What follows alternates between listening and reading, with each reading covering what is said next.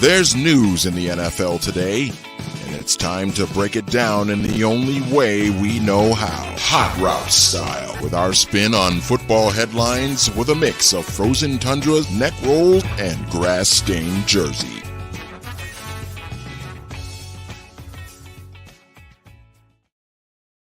Hey everybody, welcome to another episode of Hot Routes. Matthew Coller here, along with Manny Hill once again on the show. And Manny, we've got actual football going on, so we're both trying to keep track of the game while we're doing the show. But hopefully people, and this is going to be an every Thursday night thing, will watch the game and listen to us talk in the background as opposed to the broadcast maybe, and we'll see how it goes. But I'm excited to preview the week to come, as well as talking about what's going on with, of course, our local Vikings and so forth. But how do you feel, Manny? It's been such a long time since we had football, and now it is finally back on the old TV. So that's got to be pretty good feeling.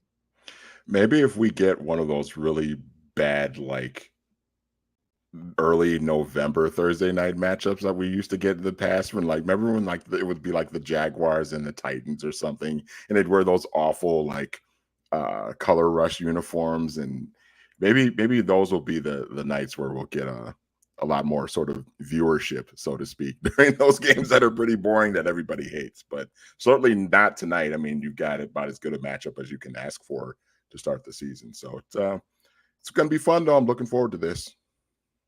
Yeah, well, luckily, people can listen on the replay as well, and on the audio feed on the Hot Routes on iTunes, of which there are additional episodes that aren't on this YouTube channel. So you want to go to iTunes and make sure that you subscribe there as well to the Hot Routes feed, along with the Purple Insider feed. So anyway, yeah, so we got a lot going on, a lot to get to, Manny. And I think we have to begin in a pretty obvious place, that Justin Jefferson spoke with the media today. And this was kind of the first time in a while that he's been in front of us. And he usually does every Thursday during the season. But in the offseason, it's kind of just like here or there where he'll hold a press conference.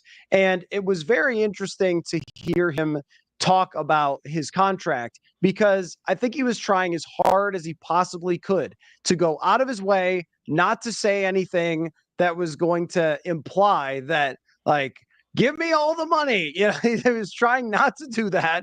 And at the same time, there was a little bit of like, but you guys should give me the money. So I'm going to bring you at least one of his comments here. I'm not really too sure 100% on that. I'm just here to play football like always, and leave all of that other stuff up to them.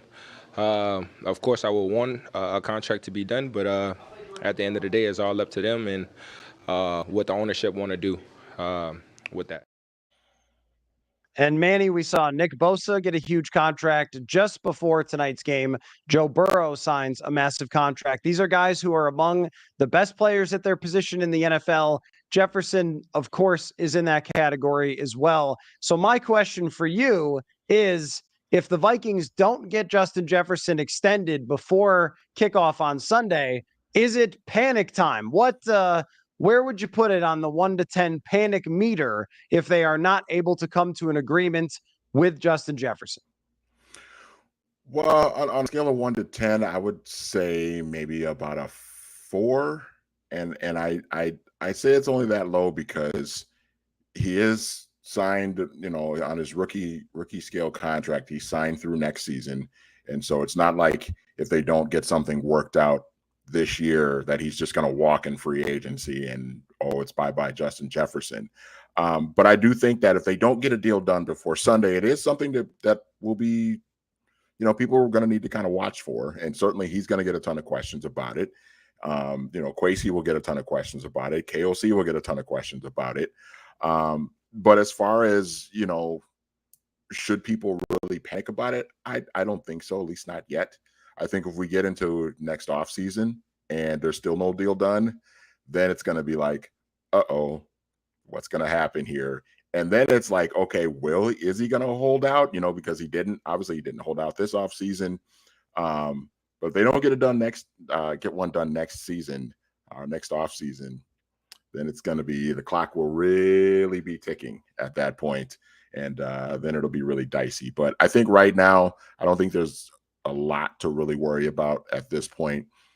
JJ's a professional. Obviously, he's showing up to work every day, ready to go. He's going to be ready to go Sunday. So as far as them needing to, people need to panic right now, I don't think so. But we are Minnesota sports fans, and we are naturally born to panic whenever something slightly goes wrong. So we'll see how it goes. That's right. There, you have to do this on a sliding scale of Minnesota-ness has to be added into this because they have been through this before, this fan base, so many times it feels like. But for me, it's probably only around the same range as you, maybe even a 3. What it means is that things could get ugly. Let's see, 1 year from now, basically. I mean, even when you look at Nick Bosa throughout this entire offseason, it's what's going on with Bosa? Is he going to sign? Is he going to sign? Is he going to sign? And then right before the season starts, after he sat out the entire training camp and hasn't had to go through all that, then he signs one of the biggest deals in history. And you don't want that. You don't want that drama. You don't want those discussions going on around your team.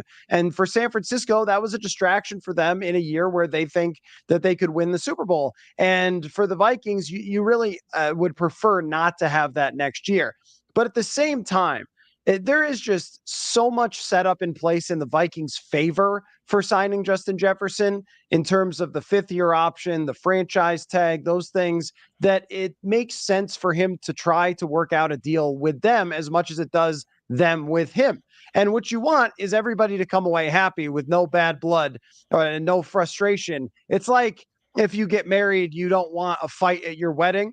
You're still married, but you're going to remember how ugly that was. Like, you don't want that. But even then, like, money heals all wounds when it comes to something like this. So I think if they don't get something done by Sunday, that's not a huge problem. It does reduce the Vikings' flexibility in the future with the cap. It does probably send the price up to some extent, and because it's not going down after this. But it doesn't mean that he's a Jacksonville Jaguar next year. And I think that would be the only point you would panic is if the words trade request get tossed out there, then you start to go, okay, this is maybe a Khalil Mack type of situation. But until something like that happens, the way that I read Justin Jefferson's body language is he does not enjoy this discussion at all. He does not want to have this conversation in front of everybody. I think he wants to keep it behind closed doors, but also a very good faith approach from him to not make noise in public and also to go to every single practice, every single rep. They put the C on his jersey. And, he talked about trying to just, be that captain and the leader through, all the noise about his contract extension. But at the same time, if you're Jefferson, you're probably a little agitated that they haven't gotten this done at some point. But I think that the way he's handled it, all of the indications have been that this is not an ugly situation. And even if it goes past that deadline, the door opens again, assuming that they don't negotiate in the season. The door opens again in February for them to have these discussions. So we are so far away from it, even though it's like a topic du jour and he's talking about it. If it doesn't happen, there's so much time before kickoff next season for this to happen that I don't think that the panic number should be all that high. Yeah, I agree with you. And to your point, it's, he's shown up, he's answered questions, he's been ready to go. He's a competitor. He wants to play. It's not like he's going to sit out. We don't have to worry about him holding out right now. It's not like a Chris Jones situation that the Chiefs are dealing with right now. I mean, Chris Jones is not playing tonight because he doesn't have a contract and he wants a new contract. I don't think we're going to get to that point yet with JJ, but, like you said, if we fast forward a year from now and there's still no deal done, then he might be one of those guys that's sitting out week 1 because he doesn't want to put himself at risk of getting injured without having a new big contract. So hold on, let me scroll back up. Sorry about that. Joel says thoughts on the Joe Burrow extension. Well, I mean, my thought, Manny, is just that, wow, there's a lot of money the NFL is making. I mean, that's number one. Number 2 is there is a select list of dudes that play the quarterback position that are worth it, and Mr. Burrow is worth it. However, him and Josh Allen suddenly becoming expensive, along with Justin Herbert, makes this dynamic really interesting because the front office game has not been very hard for these teams. It's been have Josh Allen profit, like go get whoever you want, pay whoever you want, extend whoever you want, whatever. And the same thing goes for Cincinnati. They basically rebuilt their defense and offensive line through free agency. And because they were like, okay, I guess we can go get Orlando Brown, we get Trey Hendrickson, we could get Mike Hilton. We'll just start adding anybody who can sign a contract and wants to live in Cincinnati. But after this, it becomes where you have to be quite shrewd and you have to get some good things going your way, or it does become more difficult. And even if you are Joe Burrow, you're probably guaranteed to be a good team just by having him. But are you a true Super Bowl contender when the roster dips a little bit, unless you are very good in the front office game and you don't let the roster dip? And so how they play it from here, savvy signings and extensions, some cap management. They're going to have to draft well, which is a pretty random, but we talk about that a lot on the show, but you're going to need that to survive. So now I think the AFC battle just got more interesting because the guys who are established 1, 2, 3, 4, well, they're all highly paid. And the Chiefs, they played this game extremely well by letting go Tyreek Hill and knowing that Patrick Mahomes could make up for a lot of that. But now it's going to be like, hey, if Anthony Richardson's good, now they got the advantage. If CJ Stroud is good, now they got the advantage, right? Over some of the highest paid quarterbacks. So in a way, we here cover the NFC mostly. I'm a little bit jealous because there's nothing more intriguing than the front office game that's going to get played over the next couple of years with these elite quarterbacks. Well, and the other interesting thing with Cincinnati is, okay, you've paid Joe Burrow. He's going to be taking up a significant portion of your cap. Jamar Chase is going to have to get paid, very soon. T. Higgins is going to have to get paid very soon. Are they going to have to make a decision between one of those two guys? Can they be able to sign both of them? I mean, T. Higgins is really good, man. Like, we know how great Jamar Chase is. T. Higgins is fantastic. And if Cincinnati wants to stay in this, keep this Super Bowl contending window open, they're going to have to find a way to, you're certainly going to want to keep at least one of those guys, but you probably want to find a way to keep both of them because it's good to have two wide receivers that are really good instead of just one. So that's going to be an interesting thing to see too, is just how they kind of handle that, is how much money is T. Higgins going to want? If they pay Jamar Chase, okay, is T. Higgins going to want that same amount? Are they going to be able to afford that? What are they going to do there? So that'll be interesting to see how they sort of, navigate through that over the next couple of years. The window is open now, but, a year from now, 2 years from now, when they have to pay those other two guys, what's going to happen there? And the structure of the entire thing should be very interesting as well, because of course they put out the biggest numbers, but how many years is this window open? Even with Josh Allen, the window remained open with fairly low cap hits, I think until maybe last year or even this year, where it finally took that jump up. So it was 2 more years after he signed the extension before it took that huge jump. And Mahomes did that last year. And so now how do you manage around that? Who can you afford to let go? Who do you have to pay? Like you're talking about with T. Higgins, like, is he a guy you have to pay or a guy that you want to pay? And how are you going to make those decisions? And how much is your ownership willing to sell out the future for the short term? Because, you look at the Saints, you look at how the Vikings handled this when they first got Kirk. Those teams had a lot of expensive players, but they just sold out the future. And eventually the bill came and both teams got smacked in the mouth by the salary cap a little bit and had to lose a lot of players. But the Bengals are in a position to sell out for a few years. So a lot of times what you could do is just kind of kick the ball down the road while your winning window is open, and eventually it will hit you, but not for a few seasons. And that could be happening here. Blue Stork says, okay, now that I've seen it, Detroit is scaring me. It's 7-7. So, in the second quarter, but I do think Detroit is going to be good, Manny. It was kind of a one of the off-season topics of like, is this Detroit team really going to be good, or is it just the hype train? And I think the answer is probably somewhere in the middle, but I'm not shocked that they're playing fairly well against Kansas City to start the season. Are you? No, not at all. I mean, Travis Kelce's not playing tonight. Chris Jones is obviously, as we talked about, is not playing tonight. So that's two of the Chiefs' three best players on their team is not playing tonight. So, I mean, we know that Patrick Mahomes is basically God on the football field, but he can't do it all by himself. And so, and the Lions have talent. I mean, Jared Goff. Sometimes we make jokes about Jared Goff, but this is a guy that led a team to a Super Bowl, 4 years ago. So, or 5 years ago now, I guess. So he's certainly capable. I think with the way that they finished the season last year, they're certainly a team that's going to be very competitive this year. And who knows, if the Vikings slip enough and the Lions kind of keep on this steady trajectory, they're gonna end up winning this division. So the Vikings are gonna have to be careful. I think there's reason for a little bit of concern, but I think the Vikings are gonna have to do what we believe that they're going to be able to do in order to hang on to this division and win it. And I think they will, but it's not going to be easy. It's going to be a dogfight. And so far, at the moment, I mean, Jared Goff is kind of doing what I expect Jared Goff to do, which is complete a lot of passes. I think that they have weapons that they're going to scheme open, and they have one of the best wide receivers in the NFL in Amon-Ra St. Brown. So, I think it is going to be a dangerous offense. Maybe the thing, and this is like the first half of the first game, and it's without Travis Kelce, but their defense playing pretty well or reasonably well against Kansas City.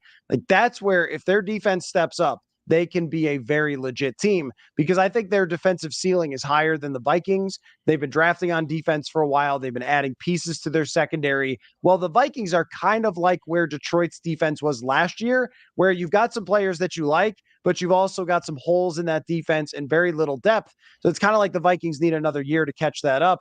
And I think that's, reason to believe, if their defense is good, that they can win that division. JP says, am I the only one to think that if Kirk plays well, Kwesi will panic and pull a Spielman move and give Kirk an extension? It really depends on how well, don't you think, Manny? I think the bar is extremely high for Kirk Cousins to get an extension. Number one, because Kirk seems fine with it.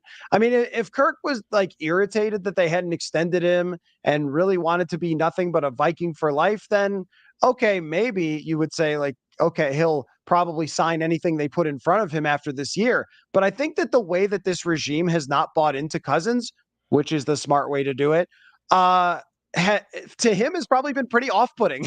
If I was in his position and I won 13 games and put up good numbers and had all these fourth quarter comebacks and got the ball to Jefferson as much as I did, and they came to me and said, how about a contract that doesn't keep us locked into you? I'd be like, no. What's your problem? I'm going somewhere else now. And I think this is the right handling for both parties.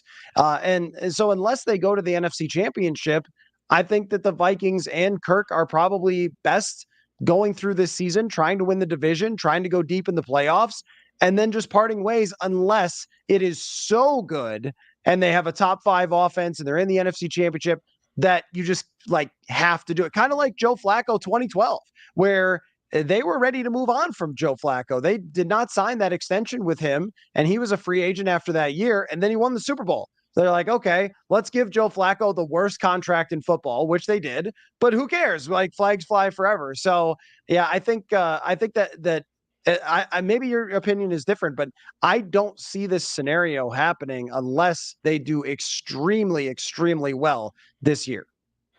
Well, if winning 13 games and winning the division last year wasn't enough for them to give him an extension, and why? If they do that again, let's say they win this division again, let's say they win 11 or 12 games again, win the NFC North again,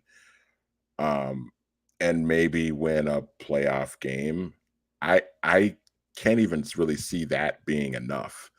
To your point, I think it would take that and a trip to the NFC Championship game to the point where it's almost like a no-brainer, where it's like, okay, well, come on, we got to extend it. But even, this team, Case Keenum took this team to the NFC Championship game, 6-7 years ago, and they parted ways with him after that, because they felt like they needed to do better.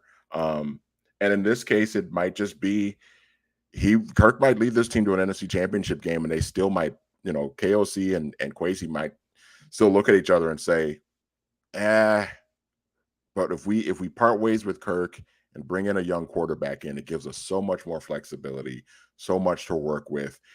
And don't you just kind of feel like Kevin O'Connell wants to find his guy? I know he's worked in the past with Kirk in Washington, and they seem to have a good working relationship now. But every young head coach wants to find their guy, right? Like they can't help themselves. So, and eventually, at some point, Kirk's not going to play forever. At some point, the Vikings are going to have to move on from him. And after this season seems like the perfect time. So Jason says, the longer the Vikings wait, the more expensive JJ will be. Get it done now. I agree completely. I don't think it gets easier from here. And I think with these contracts that have been signed in the last few days, what you're going to have to do is it's sort of like this. So I bought a house recently, and when the listing price is out on the internet, you think like, oh, well, it's that. But it's not that. It's way higher than that because it's a very competitive market. And so when you look at the receiver market and, what the best receivers have been paid, you go like, oh, those are the list prices, but they're not the actual prices. You have to go way above list now after the contracts that have been signed, and they just have to accept that. That's how I look at it. They have to accept that he's got all the cards right now, even if they could do the whole franchise bit and everything else. But that's actually hard for the team to do, because if you franchise tag a guy and it's $30 million franchise tag, it's $30 million on the cap. You don't want to do that. So they'll say, well, we got a franchise tag. And he'll say, I could demand a trade, or I could just take the franchise tag and then I get all that cash. And I don't think either side, it's kind of like that scene in The Office where everybody's pointing the finger guns at each other. They're kind of like, they're like at a standoff. That's what this feels like, but each side knows that it's better for them if they sign an extension. Jeff Viking says Vikings don't appear to have any better options than Cousins anytime soon.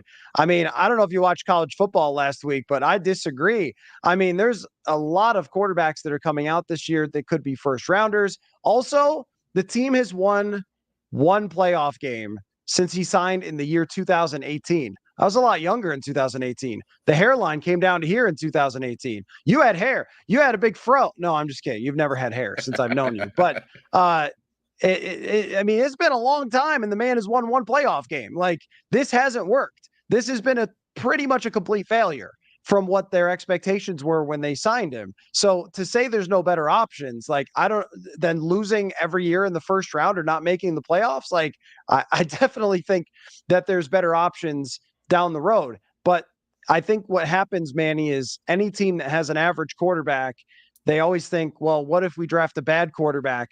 But the thing is, if you draft a bad quarterback, you just keep building up your roster and you just keep getting better. And also, if your roster is this good already, has this many foundational pieces, hey, the 49ers drafted Trey Lance, and they're a Super Bowl favorite. Like, if your roster is already good and built solidly, you can make a mistake in the draft and still have it end up working out fine with your roster building.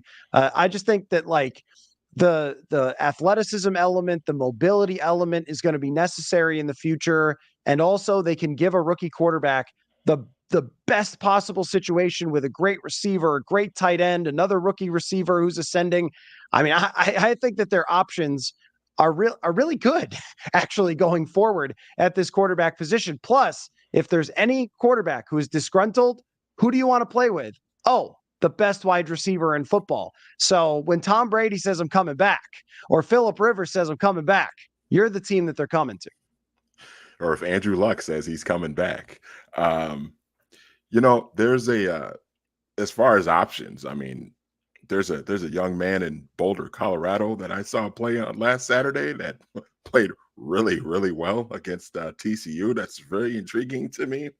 And there's a guy out in Los Angeles that's pretty good. That's going to be a top pick, and guy in Chapel Hill, North Carolina, who might be pretty good. I mean, there's going to be options. And look, I mean, we don't even know where the Vikings are going to finish yet.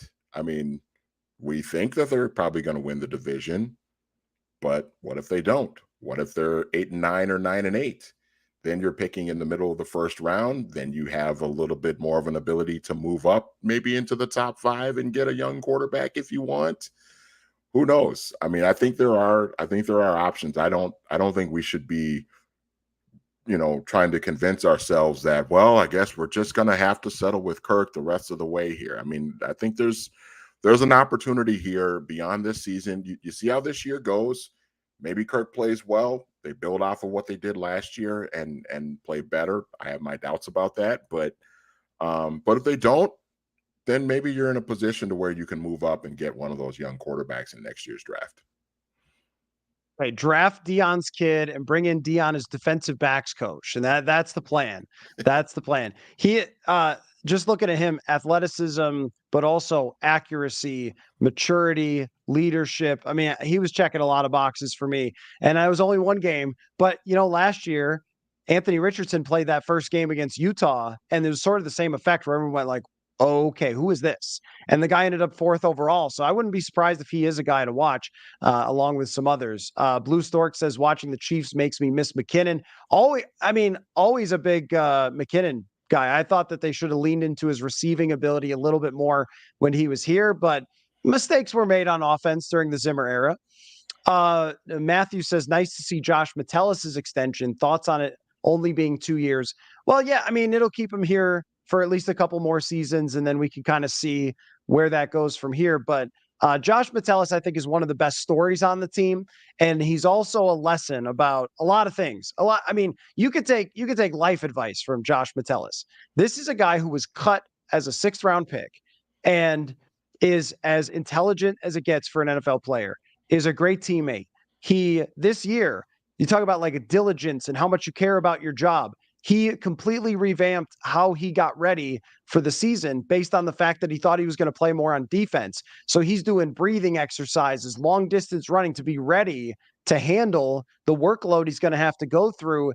I mean, this guy could coach the team, right? Like he is that kind of level of football intelligence. I wrote about this earlier this year, that's like his secret weapon. And so when you see a guy who maybe wasn't the most high touted player, it kind of reminds me a lot of like Anthony Harris, somebody who just works his way through the ranks like this to get this extension. I think it's one of the coolest things in the game, Manny, when a guy does it the way that he did by being like first class teammate that everybody talks about, helping everybody around him, grinding on the special teams. Like there is entitlement in sports. I don't know if you ever heard this, but there is. You'd be surprised. And there is no entitlement in this man. He did everything that he needed to do. And I think also, like, he's a legit weapon for them. I mean, somebody who can move around and play a lot of different spots, is an aggressive player, a really good tackler, really instinctual and intelligent player. And I give Brian Flores a lot of credit. I'm just impressed by Brian Flores' ability to see somebody like this and go, I can use you. I can find a way to use you. So I love this extension for him.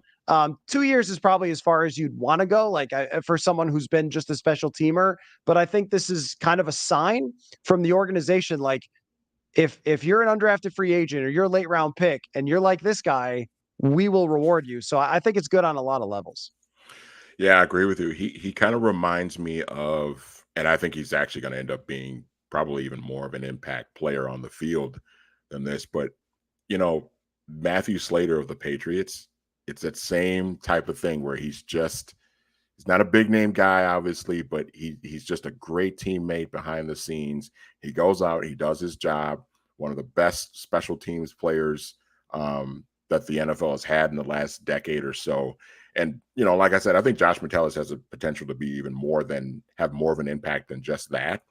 But when you're talking about a guy who wasn't drafted high, who got cut from a team and puts in the work and is a great teammate, that's the kind of guy you want. And that goes into building a winning culture. I mean, the Vikings have been a very competitive team, obviously going all the way back to the first couple of years of Mike Zimmer, but you want to have those guys that kind of represent the winning mentality that you want to have as a champion going forward. So I think it's great. I think it's awesome. His story, like you said, is fantastic.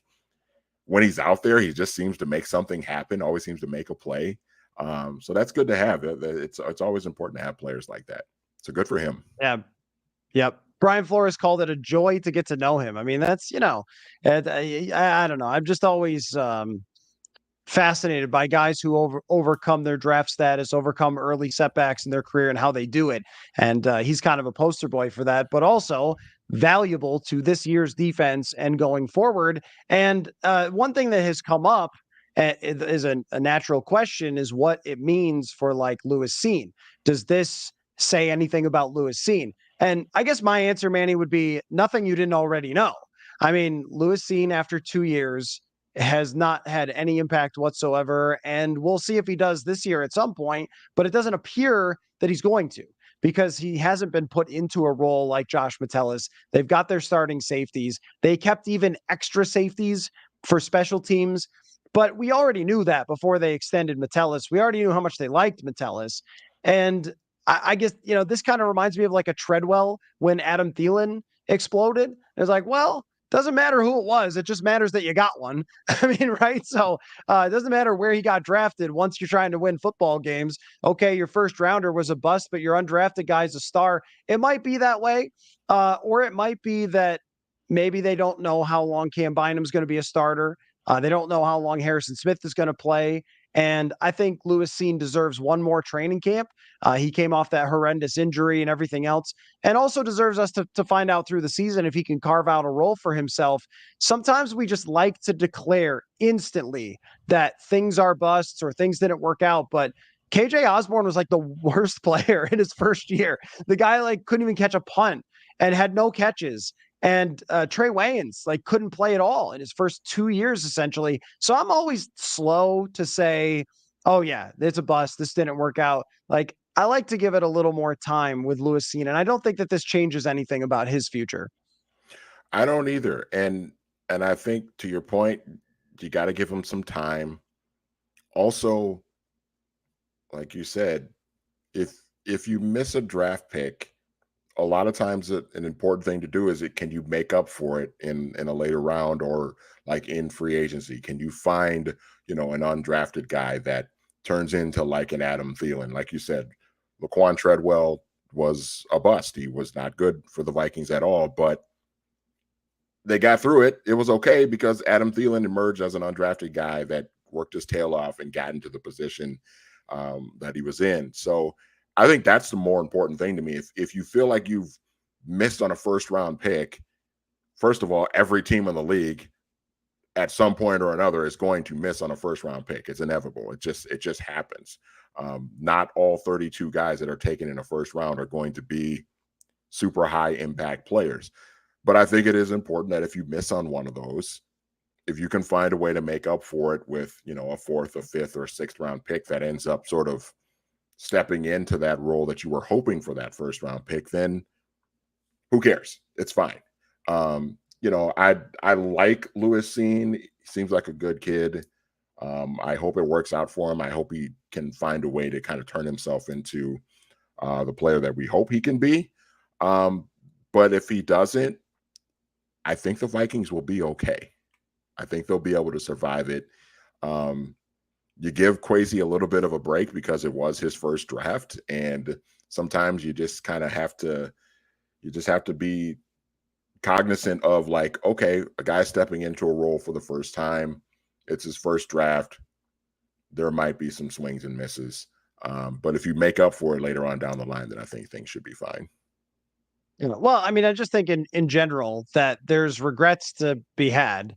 And there were probably some first guesses maybe on this show about that draft that it wasn't going to go right necessarily, or that it wasn't the best use of the draft capital, the trade down and everything else. But I also think that what matters is the overall bigger picture. So it was not a great draft, but if you have a better draft the following season and you find other players, and by the way, like there's a 4th round pick in that draft starting at corner. And I also don't think it's determined yet that Ed Ingram is a bust after one season at guard, where we've seen many offensive linemen struggle. So again, like let's give it a little more time to decide. But I don't think that one draft for anybody is like proof that they don't know what they're doing, for one, because there's drafts from everyone that have gone sideways. But I also don't think that they ruin your franchise if you've managed other parts of the roster well. So if you've managed the salary cap well. This was the problem with the Rick Spielman era. And I'm sort of chuckling at Matt's comment, who says, can we have Rick draft every position and let Kwesi and Kevin pick the quarterback? Yeah, I don't think you want Rick drafting defense. Let's go through the defensive draft picks that Rick Spielman made. Josh Metellus might be the best one since 2015. I mean, I went through this once where I think there was like 18 players drafted since 2016 on defense, and Cam Bynum was the only starter. He had a run of bad luck after drafting Eric Kendricks and Daniil Hunter and Trey Waynes in the same draft, and then had a run of bad luck with middle round draft picks and didn't ever find those guys again. So it is something that happens to everyone where they have runs of bad drafting or one bad draft, but how you manage the rest of it. The problem with the Spielman era was that they ran the cap all the way up to the brim every single year. They paid everyone. They paid Kyle Rudolph. They paid Kendricks. They paid Barr. They gave out contracts to anyone who was on the 2017 team. And then when it came to missing on draft picks, it just destroyed them. And they're ending up playing cornerbacks who are just like veterans that they grabbed out of nowhere, and not guys that they were trying to draft because it went sideways. They left no room for error really whatsoever with the way that they handled the salary cap. So this is where I think that they have done a really good job setting up for the future right now with the salary cap and with the situation with Kirk Cousins, where if you move on from him, then you have more room for error. Like the Cincinnati Bengals did not draft every player successfully, and neither did the Kansas City Chiefs. The Chiefs drafted a freaking running back with the 32nd overall pick for only God knows why. And the guy's a total bust. And we're talking about Jerick McKinnon playing for them in a 7th rounder. Like that happens, right? But how do you work around it? Well, Kansas City works around it by having the best quarterback in the world, but they also had the salary cap advantages. The Bengals have had the salary cap advantages. So that's what the Vikings are trying to do at some point. I did have other questions, by the way, and you guys asking questions in the comments has been great for the discussion, but I did have some other questions to ask you. And I wanted to throw this one out there for you, Manny. Which oft criticized player during the offseason has the best chance to make a statement in week 1 as we get ready for everyone to massively overreact? The candidates: Baker Mayfield, Russell Wilson, Aaron Rodgers, Justin Fields. Who do you think has the best chance to make a statement in week 1 and say, ha, I've proved the haters wrong, even though obviously it's just week 1, but that'll be the reaction right away.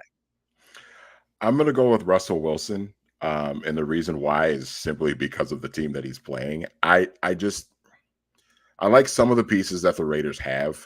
I'm just not a believer in Josh McDaniels as a head coach. I wouldn't trust him with a 10-foot pole. He was abysmal in Denver. The way he handled, getting the Colts job and then backing out of that at the 11th hour was just completely bogus to me. Really, I mean, how good were the Raiders last year? That was a team that the year before they were a playoff team with an interim head coach, and so he takes over and they take a pretty significant step back, and I think this is an opportunity with Sean Payton stepping in now to lead the way for Denver. Russell Wilson, I think, will be motivated to kind of show everybody what you saw last year with Nathaniel Hackett is not the real Russell Wilson. And I think this is an opportunity now against a team that I don't think is going to be all that great for him to kind of show out week 1. How he'll look the rest of the season, I don't know. We'll see. But I think this is a pretty big chance for him come Sunday. I think that's a great pick because, I mean, how Midwestern of you to be like, no, I like some guys on the Raiders. Stop it, Manny. That defense is ugly. That defense is ugly. It's gnarly. It's not good. I think that team has a chance to be drafting the quarterbacks we were talking about earlier at the very top if things don't go well for their, like really well for their offense. But I think with Sean Payton, he's been talking all this trash this entire offseason. He's been telling Russell Wilson to stop being a politician. He's been telling Nate Hackett he sucks. Like, he's just been out there, right? So he better game plan his ass off in that first game and light up the Raiders for 48 points. I mean, if he doesn't, he's going to look kind of foolish. And I also think the guy didn't forget how to game plan football in the 1 year he was away from the NFL. So I think that is a great pick. I'm not so sure about Aaron Rodgers because he's playing Buffalo and a good Sean McDermott defense. But I do think that Justin Fields and Baker Mayfield both have a bit of a chance here. I mean, with Baker Mayfield, it's simple. Vikings corners have not played National Football League football, and his wide receivers are great. So even if he does make some mistakes, he's, I think, going to have the possibility of throwing the ball down the field to those guys. But I also just don't trust. And every year it's like Green Bay's defense, watch out for them. And then they're just like, okay. And the way that they game planned last year or didn't against Justin Jefferson, and he's out there like against Preston Smith or something with space, I don't trust their ability to play against Justin Fields in week 1. That doesn't mean that I think that Fields is going to be the next, Steve McNair or something, but I think in week 1 that also the Bears, they've had a long time to prepare. They know this defensive scheme that the Packers are playing, that they're going to have a chance there. The Packers do have an advantage in the trenches, but I think that that's mitigated a bit by Fields' running ability. So I could see Fields having a good game, and then all the Bears fans being like, you see, you doubted us. You doubted Justin Fields. You haters, you. I could absolutely see that happening. Plus, by the way, I've noticed that the Packers receivers are kind of banged up, and that might not play in their favor. So I think I might go with Justin Fields. Proving the haters wrong in week 1. Yeah, the same Bears fans that themselves have a lot of doubts about Justin Fields. As soon as he has a great game week 1 against the Packers, the team that every Bears fan hates, then of course he's going to be the second coming of Patrick Mahomes in their eyes. So yeah, it's going to be pretty funny. Matt asks, what's the salary cap next year with or without Kirk Cousins? Well, I can't say what it would be with him because I don't know what contract he would sign. But if you look at the contracts signed recently by quarterbacks, it's a lot. It's going to be a lot. I mean, yeah, he's not Joe Burrow. Nobody thinks that. But everyone who raises the ceiling pulls up everybody else. And when Daniel Jones already made 40 per year, Kirk Cousins is going to be saying, that guy made 40? I mean, if he wins 10 games and has a really good season, he's going to say, I'm better than that guy. I need more than 40. So and I don't know how they would structure it, but also if they extend him, they have to include that dead cap money somewhere, and that doesn't just go away. So they're on the hook for $28 million in dead cap next year if he's gone. But if he's here, it's probably just as or more expensive to keep him, and definitely more expensive at some point during that situation. I mean, that's what. Look, when you have to sign Jefferson, Darisaw, and you've got young defensive players who are coming up, I mean, there's really just not a lot of options when it comes to the quarterback. You have to have a cheap quarterback situation if you're trying to build a complete roster. And that's the point about Mahomes and Burrow, is that you could pay them and you don't have to have a complete roster to be a Super Bowl contender, but you do if it's Kirk. And that's always been the trouble with Kirk. It's never been, and we used to struggle with this so much, Manny, you and I, when we were on the radio together to get this through. It's never been that he's not clutch. It's never been that he can't win on Monday Night Football. It's not even been that he's not the most outward leader or anything else. It's always been, here's what you get from him production-wise versus here's what he costs, and that doesn't match up. That's what it's always been, and that will continue to happen. Going forward. This is good. From Chris says, am I the only person seeing Caleb Williams' dad's comments about the draft who is thinking there is a chance? Hey, maybe he pulls like an Eli Manning or something. I don't think so, Manny. I think if a quarterback's going to go number 1, and people can talk NIL all they want. There's way more money in it for you. If you go number 1 overall in the NFL draft, you get paid a ton of guaranteed money, even as the quarterback, or especially as the quarterback, with the rookie wage scale and the advertising capabilities. If you're a guy like him, even if you're playing in Arizona, it doesn't matter where you're playing in the NFL or through the roof. I just feel like that's something that has happened every year with a first round pick. Well, will Joe Burrow not go to Cincinnati? No, he's going. It'll be all right. Arizona's going to do what they can to turn around their franchise's culture before that happens. And they're also going to have a new coach of Caleb Williams' choosing, if that should happen. Don't you think? I mean, this is the most coach hired to get fired that I've ever seen in my life. Yeah, and what better team to do it than the Arizona Cardinals, right? Because we've seen them do it before. Yeah, I just fail to see any scenario where Caleb Williams is not the number one pick in the draft in 2024, unless maybe he gets injured or something or whatever. I don't know, but it just seems to me like he's the front. It just seems like everybody knew Trevor Lawrence was going to be the number one pick, right? A couple of years ago, like it was just a foregone conclusion. There was some talk about, wow, Zach Wilson, maybe. It's like, no, it's going to be Trevor Lawrence. And that's the way it was going to be. I kind of feel the same way about Caleb Williams. I think, Drake May is intriguing to me. I love me some Shedeur Sanders. But everything about Caleb Williams, his mobility, the arm talent, he's playing on a big time program in a big time conference that is kind of falling apart right now. But everything about him just reeks of number one overall pick, and I just have a hard time seeing anything different come next spring. Yeah, and I think for him, like the Jaguars are a great example. The Jaguars could not have been lower as a franchise, but Trevor Lawrence went, and Joe Burrow, like Cincinnati could not have been lower as a franchise. Joe Burrow went to Cincinnati. If you're drafted if you're going to go number one overall, you cannot risk your future by coming back to college. It's been done, but it's not always a wise thing to do if you're trying to maximize everything that you're worth and your opportunity to play in the NFL. So I think he would do that. Even if his dad's trying to hedge a little bit, like maybe we'll stay. Like I don't know. I don't think so. I think he'll just go number one. And it's not a guarantee that it's Arizona, by the way. Like somebody else could get their quarterback hurt who's an average team. It could be the Raiders. Like if Jimmy Garoppolo gets hurt, as he always does, I don't know who their backup is, but the rest of that team is pretty bad. So, you never know what could happen. We don't always know who the number one team's going to be. Weren't the Bears like 3-2 to start the season and lost like 11 straight games or something? So, or maybe that doesn't add up, whatever it was. But I remember that Greg Gabriel tweet, like, you think the Bears are losing all the rest of their games, and then they did.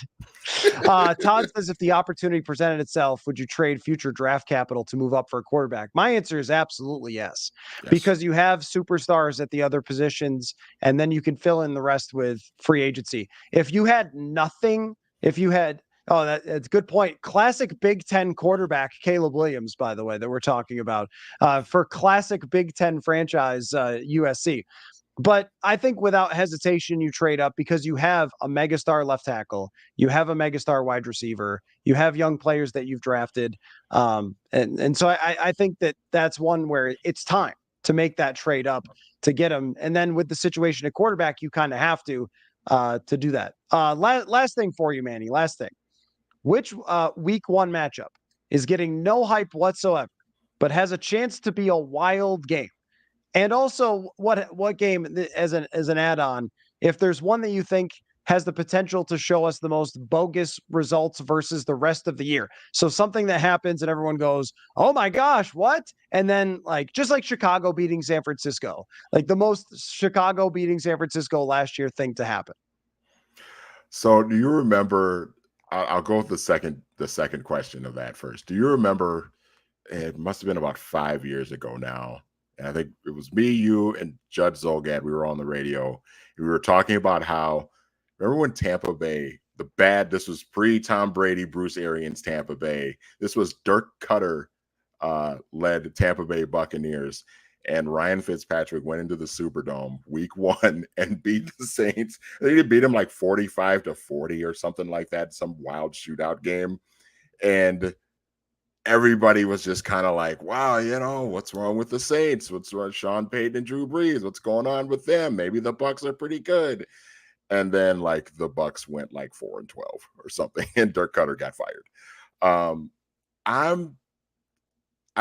I don't think the head coach of this team is going to get fired after one season. I kind of have that weird feeling about the Texans and Ravens too. Like maybe this is a game. Like I don't think the Texans are going to be very good at all this year, and I think that's fine. I think D'Amico Ryans ultimately will be a pretty good head coach, but they just don't really have a lot right now. It wouldn't surprise me if they just go into Baltimore and just like CJ Stroud just kind of like lights it up, and even if the Ravens ultimately win the game, I wouldn't be surprised to see the Texans just like keep that game close because the Ravens are good, but sometimes you just see some weird things happen in Baltimore, some weird games. And I think that's a game that could be pretty. I think it kind of falls into both questions there with a game that's kind of wild and crazy, maybe high scoring with two young dynamic quarterbacks, but I also think it's going to be a game where it's like, well, the Texans aren't actually this good. Yeah, and I love that selection because that's one where literally no one in the world would pick the Texans. And if they won, it would be totally shocking, but also could probably not be representative of what happens over a long season. The Texans might win 7 and the Ravens will probably be in the playoffs. But for week 1 and week 1 alone, kind of you never know. And I like what the Texans are doing with D'Amico Ryans. I like their whole approach. Except for trading that draft pick, a little questionable there to Arizona. Yeah, Chris mentions the Eli Manning thing, and the Eli Manning thing happened a really long time ago. And I know that we love going back in history, but the more recent history is even when a franchise looks pretty down and out, when they have the number 1 overall pick, usually the player just goes there and turns around the franchise. So it would have to be really, really bad for him to do something like that. I would be very surprised. Also, I think the leverage is gone for all rookies. Like you get the rookie wage scale. It is what it is. I think it would be very tough for Caleb Williams to try to pull the same thing. Like if you're drafted and you don't go there, there's no USFL like back in the day when Jim Kelly did it. There's no leverage that they'll just say, all right, well, you just sit then. So I don't know. I mean, it's possible that he could see Arizona number 1 and be like, I'm not doing it. But just recent history with Burrow and Lawrence is I'll go and I'll make that franchise great. So anyway, my pick for this is also the same game for both answers, which is Jacksonville and the Indianapolis Colts. Again, with a rookie quarterback, Anthony Richardson, you could see him running his way to something crazy. And also, the Jaguars have just had so much hype, Manny. And when a team has a ton of hype in the offseason, expectations are super high. You can see them coming out a little bit tight and a little bit like, okay, we're facing this bad team. We got to blow them out right away. And just being a little too antsy and anxious where Indianapolis plays a little more fast and loose, finds a way to shock everybody, win the game, and then Indianapolis finishes with 5 wins because they're not that good. And the Jaguars win the division easily. And I could see that happening where it's getting no hype, but it's kind of a crazy game. And then also it is not what actually is going to play out. But I got to say, I mean, week 1, I'm really interested to see these rookie quarterbacks. Like I'm really interested to see Anthony Richardson on an NFL field, CJ Stroud, Bryce Young. It's a good year for that. I mean, with all 3 of these guys coming into the league and playing right away. I'm really pumped to see Bryce Young. I know things didn't work out in the end in Indianapolis for your guy Frank Reich, but I do think he did some good things in Indianapolis. And I'm just curious to see how he does with this. Is kind of the first time Frank Reich is going to have a young quarterback of his own to develop. When he went into Indianapolis, he had Andrew Luck for Luck's last year in the league. So he had a guy that was already well established, but now he's going to get a shot to kind of develop his own young player. And, I'm a little worried if, Bryce Young is going to hold up, if that small frame is going to hold up. But if he does, man, I think he's going to be really, really good. That guy plays with an edge. He's got great instincts. He can move around and make things happen. So I'm really excited to see how Bryce Young's going to look in Carolina. All of these guys, really, CJ Stroud in Houston, Anthony Richardson, I just love and I'm really rooting for. So it's gonna be fun, man. And I'm glad that we're gonna see all these guys play early too. That's gonna be really fun. Yeah, I agree. Matthew says Hutchinson is eating up the Chiefs' offensive line. He's going to feast on the Vikings interior. That's probably true. Also, we were talking about draft luck. The Jaguars draft Trayvon Walker, kind of a surprise to everybody. Not Aiden Hutchinson. That's draft luck. You just lucked into it. They did nothing to deserve this great player other than just the other team probably made a mistake with who they picked. But I also agree with you. Aiden Hutchinson is a beast. So anyway, well, we're going to go watch the rest of that game. I haven't installed the TV like in front of me yet. For future Thursday night episodes, you might see my eyes shooting over at a television that's down here in the studio. So that'll happen. But I'm going to go watch the rest of this game now. Manny, thanks for your time on a football opening Thursday. And thanks for everybody for listening and playing along here. The game is going on. So hopefully you enjoyed the chatter while that was happening, and we'll see how the game ends. But thanks again, Manny. And we will talk again on Monday night. So I'm excited to see you then. Sounds good, my friend.